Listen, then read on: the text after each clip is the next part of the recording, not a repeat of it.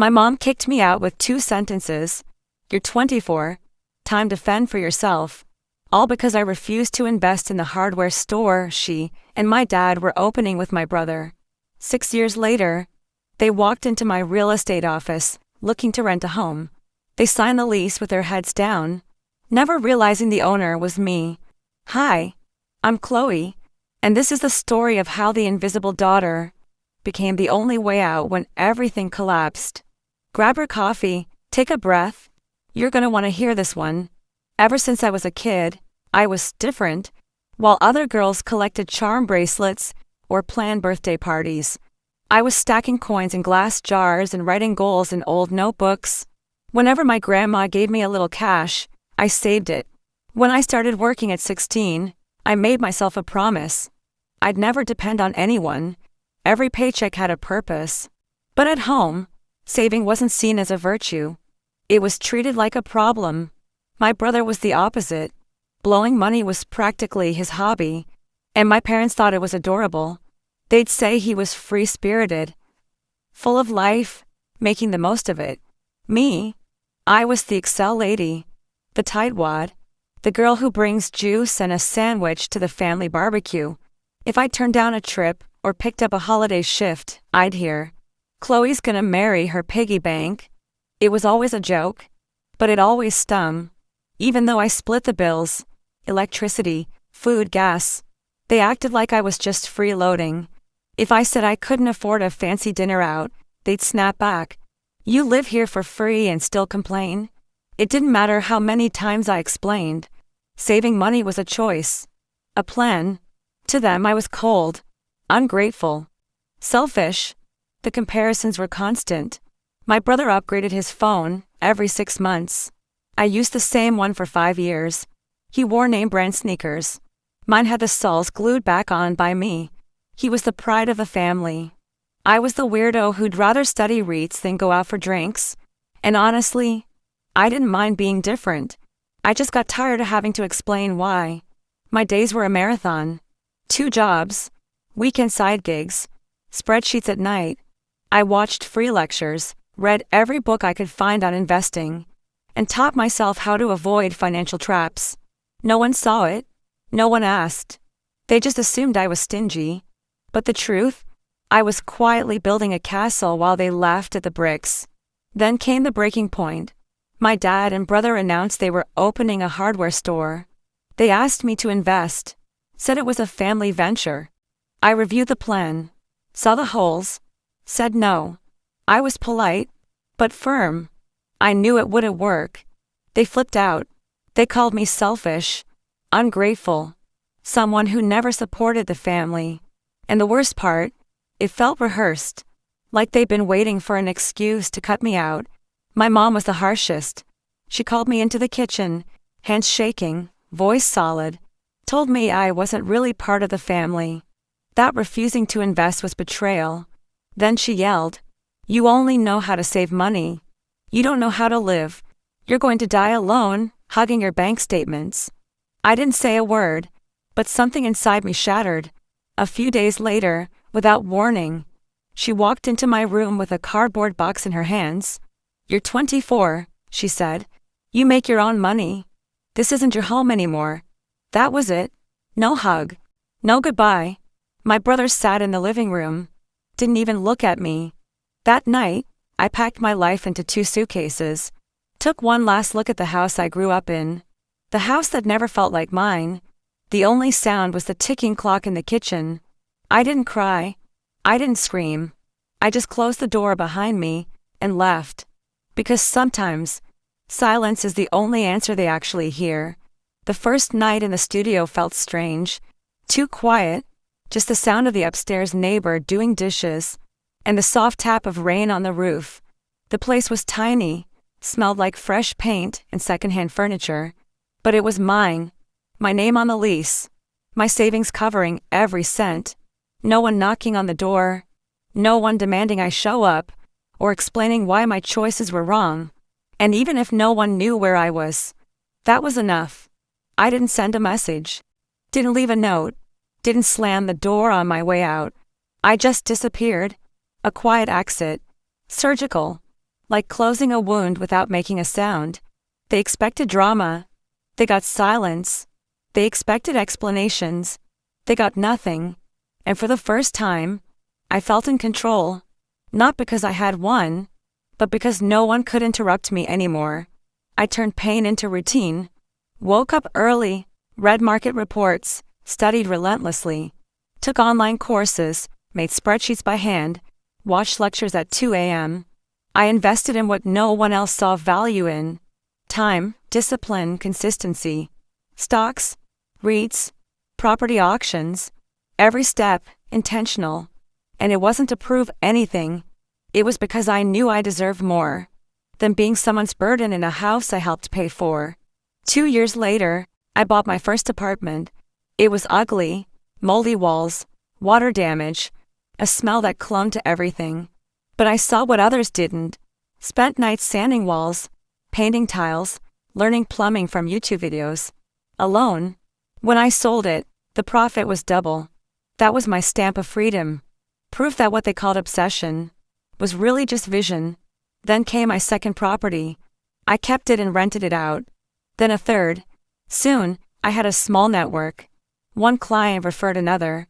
Before I knew it, I was managing 10 units. So I opened my own real estate agency, hired 2 employees, one of them a single mom, like my mother had once been, and a trustworthy accountant, all in my name. No debt, no excuses. The name I used to mock suddenly became respected. People who once laughed at me were now sending me clients. Former classmates complimented my discipline. And me, I just did what I'd always done. Honor my word. No big promises. No shouting.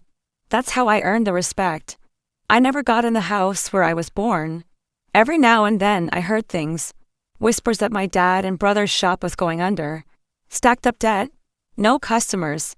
Tension behind the scenes. I'd nod politely. But I never asked questions.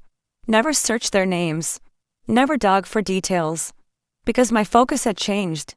I wasn't living for approval anymore. I was busy building the life no one thought I could. And no, it wasn't resentment. It was clarity. I didn't want to prove them wrong. I just didn't want to explain myself anymore. I learned that silence isn't always absence. Sometimes it's protection. I didn't slam the door. But when I came back, it was going to be loud. The kind of loud that comes with stability, with structure, with presence. Then one day, during a team meeting, a file landed on my desk. A senior couple, looking for a small home. They'd been evicted, and were searching for something simple, dignified. Name Margaret. Spouse Douglas. My heart froze. It was them. My parents. And now, they were about to rent a home, owned by the daughter they kicked out. The hardware store was their big pride, or maybe just their big ego trip.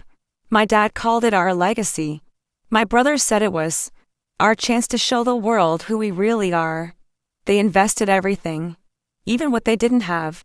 Opened in a bad location, overstocked, under-advertised. 4 months, they played businessman. But I knew the whole thing was a sandcastle held up by debt. They tried to save it with more debt. Banks, credit cards, even loans in other people's names. And when they realized the hole had no bottom, they made the worst call of all. They mortgaged the family home, the only real security they had left. Gone, without telling anyone, not even me, which wasn't surprising. I was only good enough to split bills, never to be consulted. What they didn't see coming was my brother's divorce. Messy, loud, lawyers, asset fights. They even argued over the dog. He lost it all. And like always, went running back to mom and dad. Now there were 3 adults under one roof, and that roof was no longer theirs. When the bank came knocking, there were no tears, just an auction. And with it, the last place they called home disappeared. Evicted. No safety net. No savings. Nowhere to go. They knocked on doors that had once closed on me. Friends, relatives, people from church. Everyone said the same thing. I'm so sorry, but I can't help. Their credit was wrecked. Their pride was shattered. They looked for cheap rentals, but options were scarce and rough. Then someone mentioned a new real estate agency. Affordable, well-rated, good properties, clean reputation. It was my agency. One of my employees took their application. Everything went through standard process, but the name, Margaret, caught my eye. Then Douglas. A chill ran down my spine. I checked the ID numbers. It was them. And in a twist only life could write, they were interested in the house I'd bought. With the profit from my first flip, the one I'd renovated slowly by hand, tiled myself, painted myself. The one that proved I knew exactly what I was doing. Long before anyone believed I did. They toured the place. Liked it. Asked to sign the lease. My employee called me for final approval, like always. And I said yes. With one condition. The signing had to be in person. Not out of revenge, but because some moments deserve to happen face to face. In skin, breath, and silence. They showed up right on time. Plain clothes. Eyes down. My staff welcomed them, offered water, placed the paperwork on the table. They asked casually if the owner would be joining. She smiled politely. Of course. Miss Chloe always likes to meet her tenants in person. I don't think they realized, or maybe they couldn't let themselves believe it. Then the door opened, and I walked in. Black blazer, hair tied back. I steady. The same outfit I wore to my first investor meeting. My father went pale. My mother froze. My brother pretended not to notice. But they knew. And for the first time, they were silent. I walked to the table, set the folder down, and in the calmest voice I've ever used, I said, "Shall we begin?" I walked into the room with steady, deliberate steps. No rush. No hesitation. Wearing the same black blazer I'd worn the day I signed the deed to my first property. Hair tied back. Like makeup. Shoulders tall. I wasn't there for a confrontation. I was there as the woman I had become. The woman they never believed I could be. My mother froze. Her eyes scanned me, as if trying to find a version of me that no longer existed. My father sat up straighter, trying to look composed, but the tremble in his hands gave him away. My brother didn't even look up. He stayed hunched over the papers, pretending to read terms he probably didn't understand. Their silence said everything I needed to hear. My employee, unaware of the history in the room, began reviewing the lease terms. I stopped her with a gentle nod. "I'll take it from here." I turned to them, held the contract with a calm grip, and said, "I'm the owner of his property. I'm just here to make sure everything's clear." No sarcasm, no theatrics, just composure, and maybe, just maybe, a touch of justice. For a few seconds, no one moved. My mother looked like she wasn't fully present. My father scratched his chin and settled. My brother took a deep breath, as if every clause on the page was a personal verdict. But there would be no speech, no throwing the past in their faces, because what I needed was already happening. They were listening, without a single word being said. "You can sign," I told them. "All I ask is that you read everything carefully." I pointed to the clause I had personally included. Any missed payment would result in immediate eviction. No negotiation. No direct contact with the owner. All communication would be through official channels. The house would be theirs, as long as they follow the rules. This time I made the rules, and the consequences. My mother opened her mouth, then closed it again. She glanced at my father, as if asking for permission. He lowered his gaze. Then, without saying a word, my brother picked up the pen. He was the first to sign, silently, just like I had walked out years ago, with 2 suitcases and no goodbyes. A cycle closed. No shouting, no drama, just ink on paper. I checked the signatures, handed them their copies, set the keys down on the table. The inspection's complete. Everything's in order. Best of luck in this new chapter. My voice was clear, not cold, but firm. The voice of someone handing over keys, and a mirror, so they could finally see who they had been, and who I had become. I left the room without looking back. The door closed slowly, Like the curtain after a final act. I didn't need apologies, didn't want fake hugs. I just wanted that moment to stay exactly as it was. Simple, real, and undeniable. For the first time, they tasted the power I never had to raise my voice to hold. And me, I just took a deep breath and got back to work. Because my world doesn't stop for anyone. The months that follow were cold, not with anger, but with distance. They paid rent on time, kept everything in order, caused no problems. But they also didn't talk, not even a warm hello. We passed each other in the hallway like polite neighbors. And that was it. The invisible daughter had become the woman with the clipboard and the lease. Funny, isn't it? I used to live far from home. Now, I held the key to theirs. Whenever I needed to do an inspection, I scheduled it formally. Showed up, checked everything, left. I declined the coffee my mother offered those first 2 visits. Not out of pride, but because that coffee didn't belong to me anymore. The living room I grew up in had become neutral ground. A place full of memories, but no warmth. Trying to reconnect would have been like putting on clothes that shrank while I grew. I had outgrown that version of home, and it hadn't grown with me. One day, I found a letter waiting at the front desk. From my mom. Flowery paper. Round handwriting. She said she missed me. Said she'd been wrong. That she didn't know how to handle my choices. That her pride got in the way. She said everything. Except the one thing I had needed years ago. I see you. I respect you. My dad tried to talk to me once in the parking lot. Said he was surprised by the woman I'd become. But something in his voice still treated me like an outlier. Not someone who had always been right. I listened. Politely. But I didn't open the door. Because forgiveness, when it's real, comes with new bricks. And they still only had old ones. I kept the boundary they'd drawn. The day they told me to leave. Not out of revenge, but because my peace had cost too much. To hand it back to people who ignored it for years. My brother never spoke to me. Never apologized. But he never mocked me again either. He avoided my eyes. And somehow, that said everything. His silence wasn't pride. It was weight, muted guilt, and for someone who grew up being mocked. For saving money.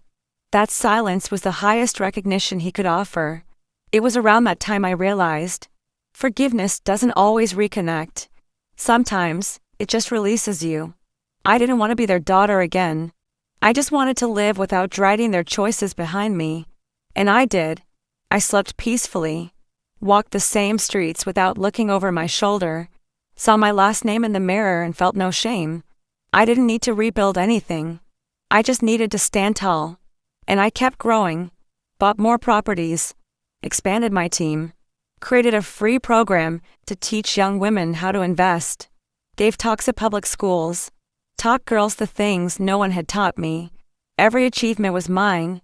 Not as revenge, but as a reminder. I chose me. And that changed everything. The most surprising part, my success never needed a stage. It was in the keys I handed out. In the contracts I signed. In the thank you notes from families who finally had a place to call home. It was in the power to say no with confidence. And yes with intention. Everything I built came from me. No favors. No applause. No need for the approval I once craved. When I was just the girl with the spreadsheets. Because if I had waited for that, I'd still be in that house. Walking on eggshells. Swallowing silence. Shrinking to fit the space they gave me. But I left. With 2 suitcases, a plan, and a wild, unreasonable belief in myself. And today, when I look back, I don't see pain. I see strength. The strength of someone they called useless, who turned out to be essential. It was early March when the lease came up for renewal. My parents needed to stay another year. Their payments had been on time.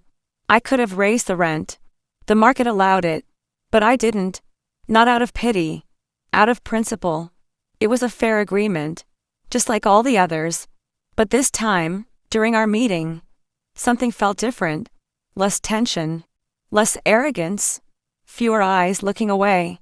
This time, my brother was there too. Thinner. Dark circles under his eyes. Not tired from the day. tired from years of pretending not to see the obvious. He barely spoke, but before leaving, he looked at me, really looked at me, and said, "Thank you for everything." It was the first time he'd acknowledged anything, and I, calm and collected, simply said, "Take good care of the house. It means more than you think." Because it did. That house wasn't just bricks and roof. It was a symbol, living proof that what they once called a flaw had grown into a gift. Discipline, silence, focus. Every door they slammed on me taught me how to build my own. And there, sitting across from them, I didn't feel anger, not even pride, just peace.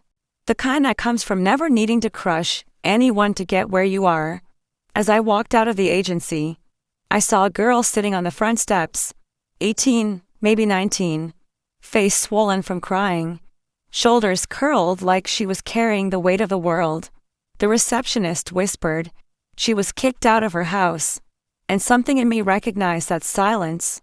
I walked over, kneeled beside her. "What's your name?" I asked. She could barely answer. Shame, fear, exhaustion. I knew all of it. I offered her water, asked her to breathe, waited patiently, and when I saw that she could finally hear me, I looked into her eyes and said, "You don't have to prove anything to anyone. You just have to stay true to what you believe." She cried again, but this time, the tears were different, the kind that come when someone finally sees you. I brought her inside, listened, because in that moment, she didn't need a rental. She needed a chance. My story never became a book, never made a magazine cover, but it became something even more valuable. A home. A home for those starting over, for single moms, for girls no one believes in, and ironically, for the very people who once said I'd never be anything. The house that kicked me out became the same house others now begin again in. And that no one can take away from me. Today around the neighborhood, they call me Dr. Chloe. Some say the property lady, others just whisper, "She made it." I don't care much for titles, but I'll admit, it feels good to know the name they used to laugh at now means something. I never had to yell. I just kept walking, one step at a time, even when everything told me to stop. Because the girl they once called useless became the only way out when everything fell apart. And every time that random voice hits their inbox, they remember, not the daughter they kicked out, but the woman who let them stay. If you like this story, leave a like, subscribe to the channel for more stories like this. And if you want to help me keep telling them, you can buy me a coffee. The link is in the first pinned comment. Every cup helps me bring you more stories like this one.